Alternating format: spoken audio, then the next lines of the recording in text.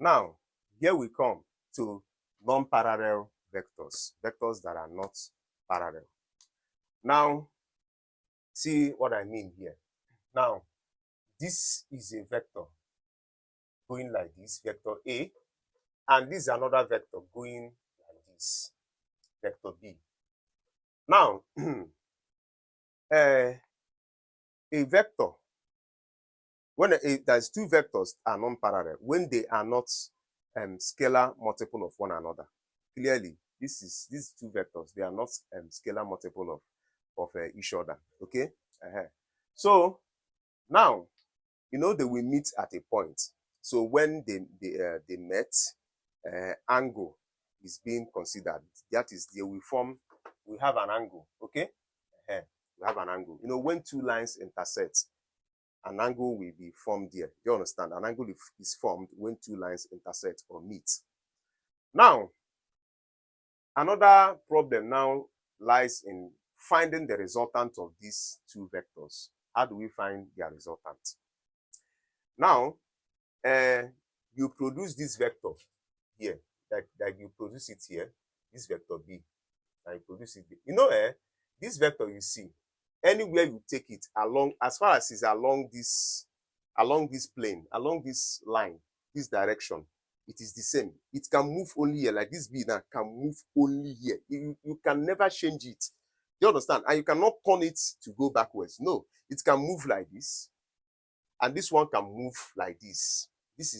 They have restricted movement along that direction. Do you understand?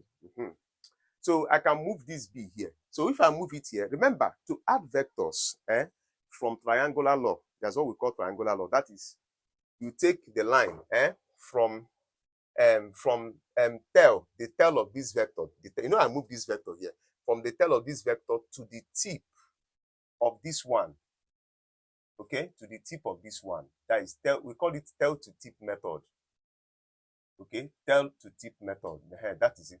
So this is vector. So this is the resultant R. Okay, this is vector A. Okay, this is vector A.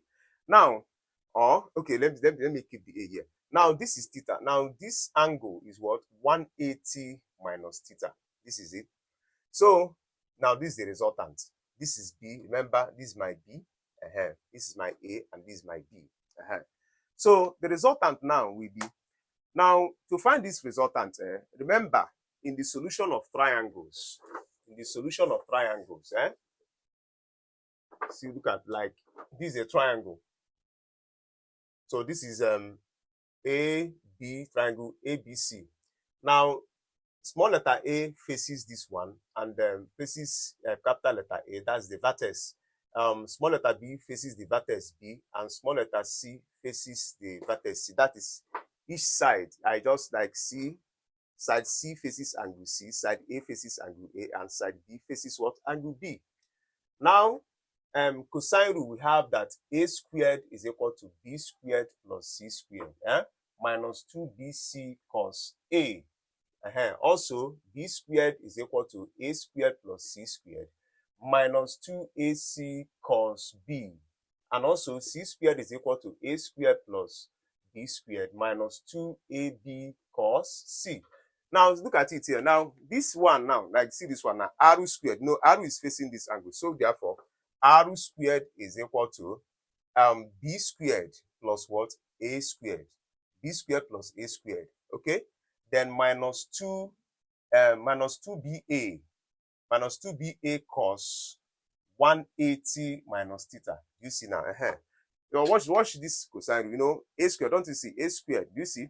So the cos, when I in this first equation, just see, observe something. A squared. The cos I used is the cos A. You see? The angle that side A is facing. You see? So when you do B squared, the cos we write is the cos B. The angle that side B is what? Facing. You see? So you see, well, that is exactly what I did here. The angle that the resultant is facing is what? 180 minus theta, remember? So now, they call also that cos 180 minus theta is equals to what? Minus cos theta. Yes. Cos 180 minus theta is equals to minus cos theta. So don't worry, I will explain this thing. Just know it for now. Now, we now have the resultant to be r squared equals to b squared plus a squared minus 2ba minus 2ba, then times minus cos theta. Okay? So therefore, finally, we have r squared is equals to b squared plus a squared plus 2ba cos theta.